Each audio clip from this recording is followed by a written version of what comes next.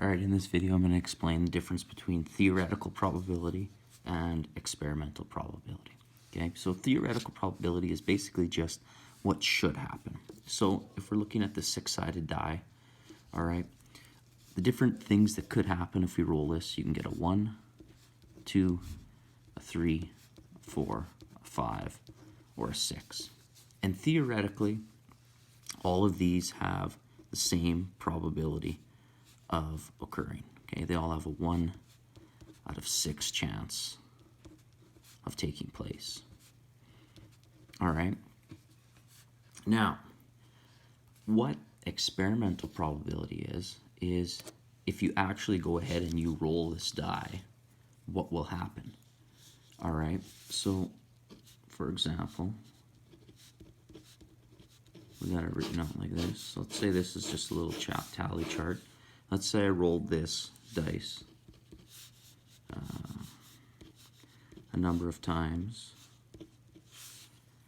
and we got 3, 4, 5, 6, 7, 8, 9, 10 times. Okay, out of 10 times we had 3 1s, 1, 2, 1, 3, a 4 was rolled twice, a 5 was rolled once, and a 6 was rolled twice.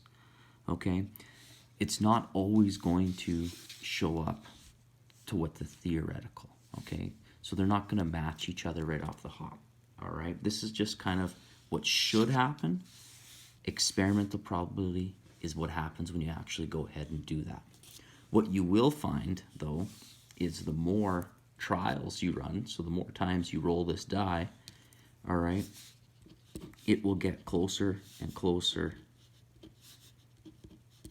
to the theoretical probability.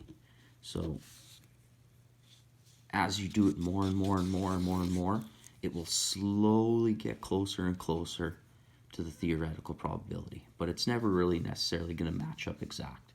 Okay, so theoretical probability is what should happen.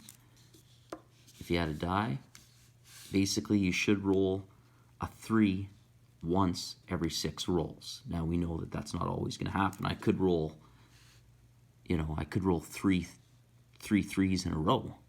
Okay, that's fair. It is possible. So experimental probability is what actually happens when you go ahead and you complete those things. Okay, so just those are the two different types of probability that we'll see.